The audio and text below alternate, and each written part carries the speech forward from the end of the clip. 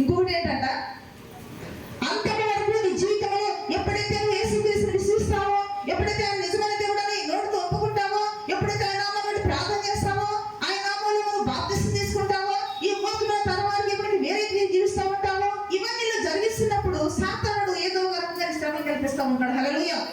నీతిమంతులు కలుగు ఆపదలు అనేకములు అని శ్రమలు వస్తూ ఉంటాయి, కష్టాలు వస్తూ ఉంటాయి. ఒక నశించిపోతున్న కొన్ని సువర్ణము కూడా అగ్ని దేవత ఎలాగైతే పరీక్షించబడుతుందో, అలాగే నీ విశ్వాసంలో అనేకమైనటువంటి శ్రమలు వస్తున్నప్పుడు, శోధన వస్తున్నప్పుడు, కష్టాలు వస్తున్నప్పుడు, బాధలు వస్తున్నప్పుడు అంతవరకు మనం ఏం చేయాలంటాను?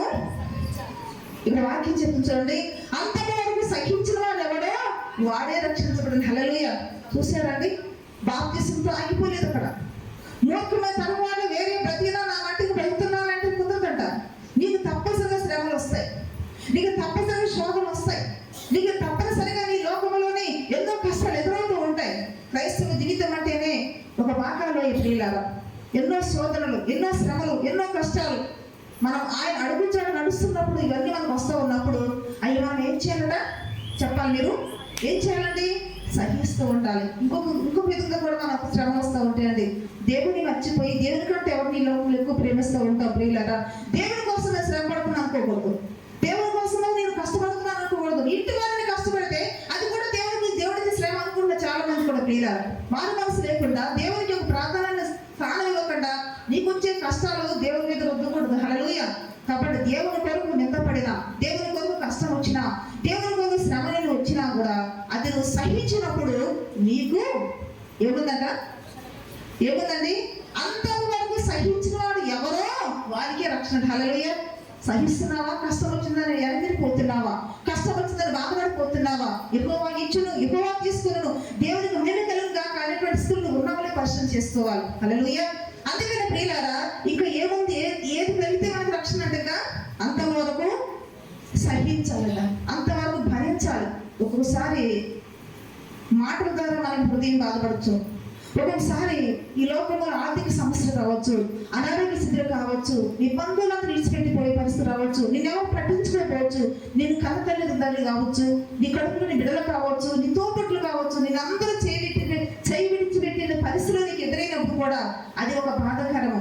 నిన్ను అర్థం చేసుకుని నిందించే వారు ఉండొచ్చు. ఇవన్నీ కూడా మనం ఏం చేయాలి? దేవుని నిమిత్తము చెప్పాలండి. మీరు దేవుని నిమిత్తం సహించినప్పుడు అది నీకు రక్షణ. మాట అంటే మాట అంటాం, దెబ్బ అంటే దెబ్బ పడుతుంది కాదు.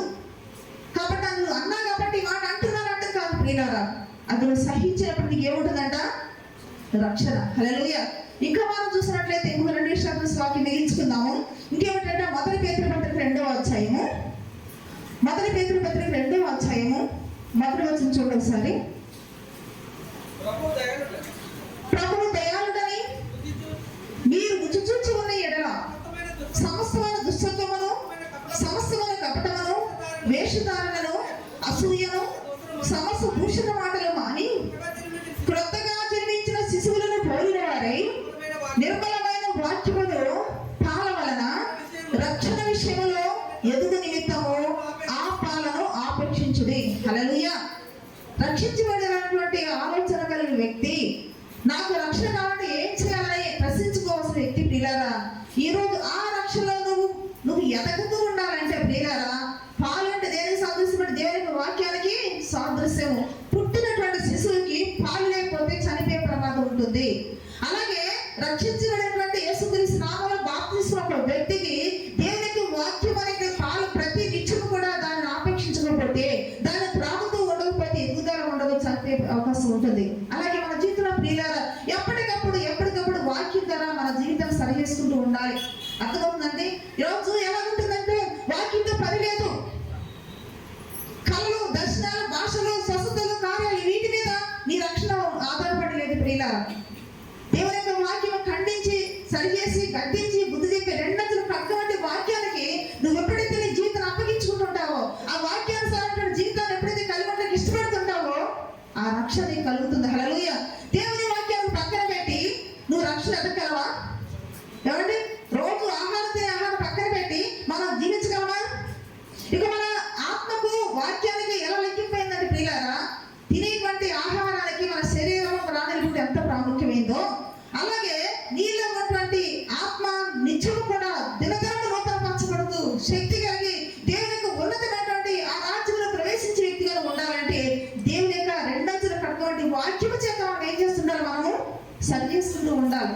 ఎక్కడ మనము తగ్గిపోతున్నాము, ఎక్కడ మనం పాపం చేస్తున్నాము, ఎక్కడ మనం బలహీనమైపోతున్నాము, ఎక్కడ మన జీవితంలో దేవుని నచ్చినటువంటి క్రియలు ఉన్నాయో అవన్నీ తెలిపేది దేవుని యొక్క ఏమిటండి, దేవుని యొక్క వాక్యము.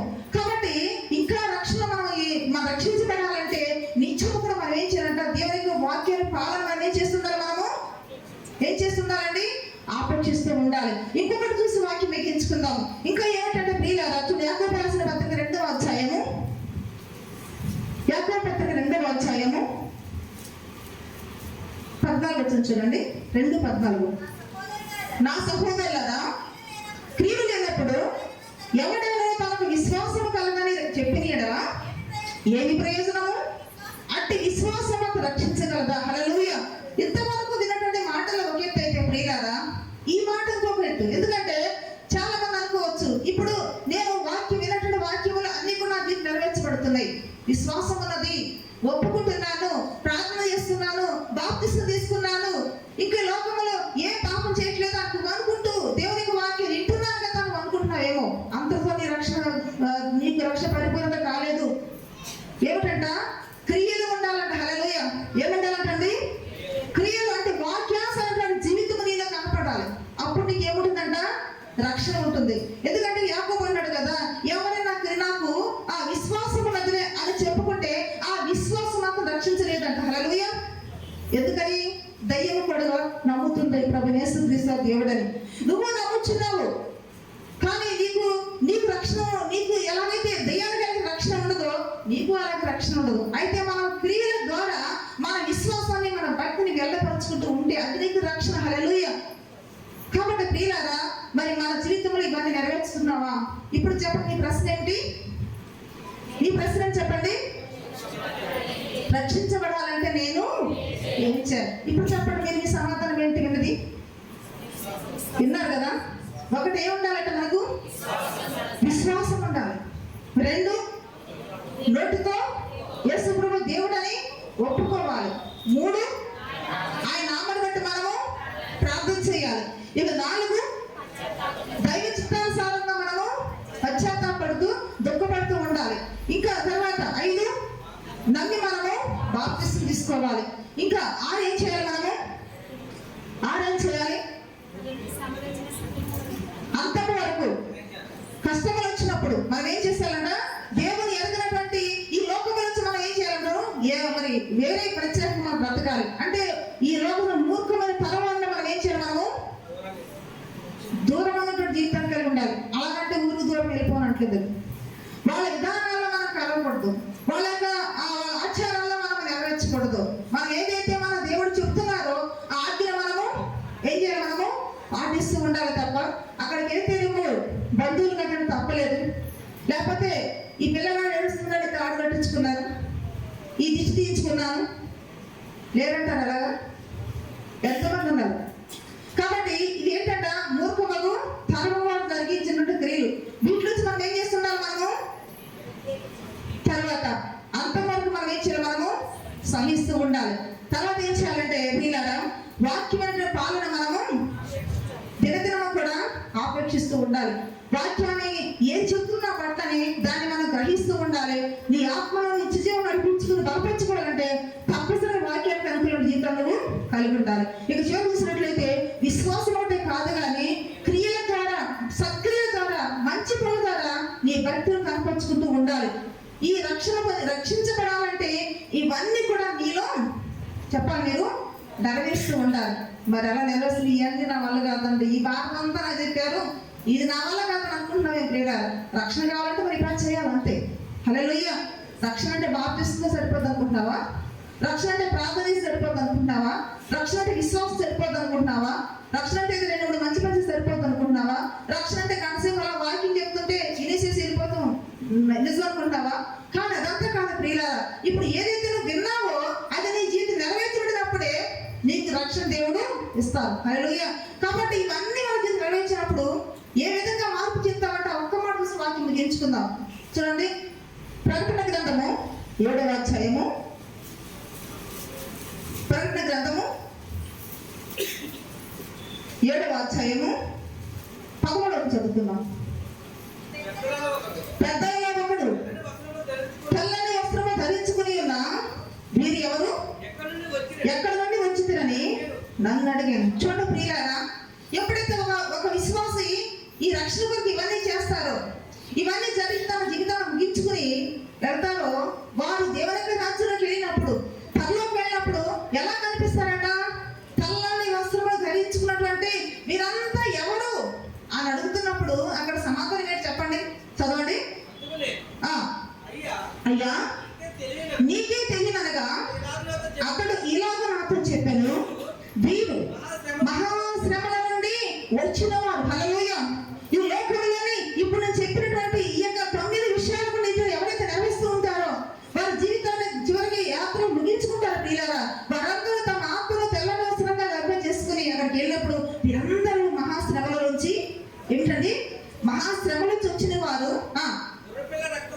గొర్రెపిల్ల రక్తముతో తమ వస్త్రములను ఉతుకుకొని వాటిని తెలుపు చేసుకున్నవారు. హల్లెలూయా. ఎప్పుడైతే ప్రియులారా నీవు ఈ యొక్క 9 విషయాలు జీవితం నెరవేర్చుకుంటూ ఉంటావో, రక్షణ పరిపూర్ణత కలిగిన బ్రతుకును బ్రతికి ఈ లోక యాత్ర ముగించుకుంటావో, అప్పుడు దేవునికి వెళ్ళినప్పుడు నువ్వు ఎలా కనిపిస్తావంట? తెల్లని వస్త్రం ధరించుకున్నటువంటి వ్యక్తిగా ఈ లోకంలో శ్రమలన్నీ కూడా భరించి దేవుని దగ్గర సమకూర్ణలు ఎవడైతే నువ్వు కనిపిస్తావు ప్రియులారా. అది నిజమైన రక్షణ. అంతేగాని రక్షణ అంటే ఏదో ఒకటి నీవు ఆ నమూనా ఏర్పడేసుకొని ఒక రౌండ్ అప్ చేసుకొని దీంట్లోనే ఉంటాననుకొని గిరిగిసిన ప్రతి రక్షణ కాదు ప్రియులారా. అలా బ్రతుకుతున్న వాళ్ళు మనం పరిచయం చేసుకోవాలి. చాలా మంది బాప్తిస్మం తీసుకొని దేవునికి మందిరానికి రాకుండా నాకు ఇక్కడ ఉన్నా సరే దేవునికి వాక్యం ఏర్పడుతుంది, నేను ఆయన మాట వింటున్నాను, నేను చర్చికి రావాలనుకుంటే నీ రక్షణ ఎంత మాత్రం కూడా సరైనది కాదు.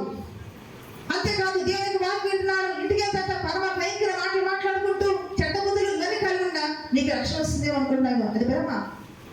కాబట్టి పరిచయం చేసుకోండి. వాక్యం ఏంటంటే మనల్ని సరి చేస్తూ ఉంటుంది. అందుకే దిద్దుబాటు నీకు అసహ్యమైనది కదా అంటారు. ఈ రోజు నీ జీవితం సరి చేసుకోకపోతే, ఈ రోజు నువ్వు దేవునికి వాక్యంతో నీ జీవితాన్ని సరిదిద్దుకోకపోతే, నీళ్ళు ఉన్నటువంటి మచ్చ డాగు అతిక్రమ దేవునికి రక్తచేత కడుక్కోకపోతే, నువ్వు పశ్చాత్తాపడకపోతే, ఈ రోజు ప్రియులారా ఆ రోజు అంటారంట దేవుడు, నువ్వు దిద్దుబాటు నీకు అసహ్యమైంది కదా, ఆ రోజు పలానా టైంలో నీకు వాక్యంతో నీకు మాట్లాడినప్పుడు నీ జీవితాన్ని సరి చేసుకోలేదు అంటారంటండి.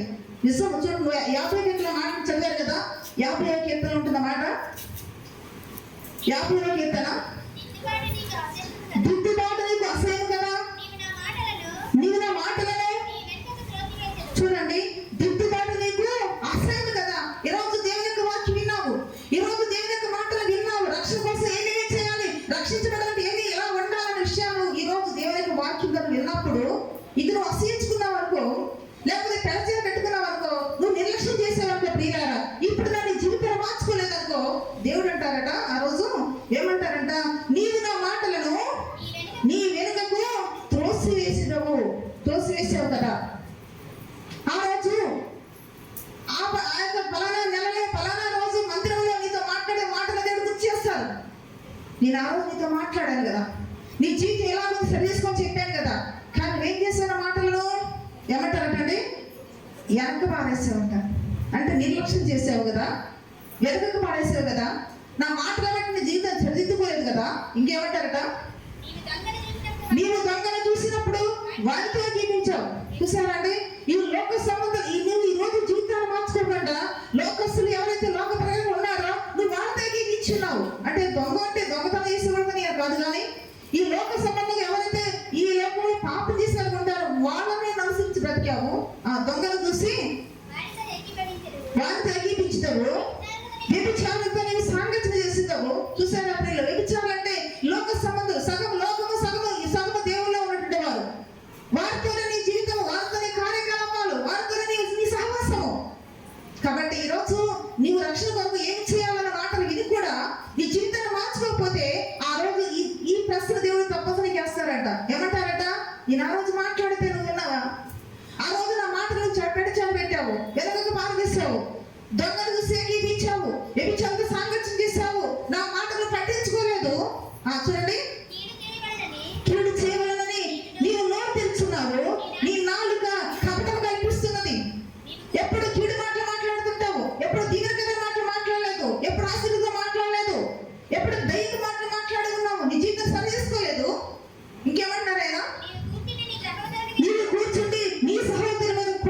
కూర్చున్నామో చాలా మంది కొండలు మాట్లాడుకుంటారండి. చాలా మంది ప్రియులారా సంఘములో ఉన్నటువంటి సంఘము కొండలు మాట్లాడుకుంటారు. అన్నదమ్ముల మీద కాదు, తల్లి పుట్టిన వారి మీద కాదు, ఒక సంఘంలో ఉన్నటువంటి వ్యక్తులు కూడా ఒకరంటే ఒకరు పడదు, ఒకరంటే ఒకరు అసూయగా మాట్లాడుకుంటారు. ఒక చోట కూర్చుంటారు, ఒక చోట వాక్యం అంటారు, ఒక చోట ప్రార్థన చేస్తారు, కానీ మనసులో కలగవు. కలుస్తున్నాయా చెప్పండి? ఏకీగిస్తారా? కాబట్టి ఇటువంటి అనాలోచనకరంగా నువ్వు ఉన్నావు అనుకో, నీ జీవితాన్ని సరి చేసుకోలేదుగో, నీకు రక్షణ ఎంత మాత్రం కూడా ఉండదు. మేలేం చేయ నిర్గీయం అలాగూ చేయకపోతే పాపము కలుగును, పాపముల జీతము మరణము. కాబట్టి ప్రియులారా పరిశీలన చేసుకుందాము. ఇప్పుడు చెప్పండి, రక్షించబడాలని నేనేం చేయాలని నువ్వు దేవుణ్ణి అడిగేవే, అడిగిన వాటికి సమాధానం చెప్పారు కదా, మరి ఏం చేయాలి నువ్వే నిర్ణయించుకోవాలి. దేవుడి కొద్ది మంది దీన్ని ఆదరించుకుందాం. ఆమె తల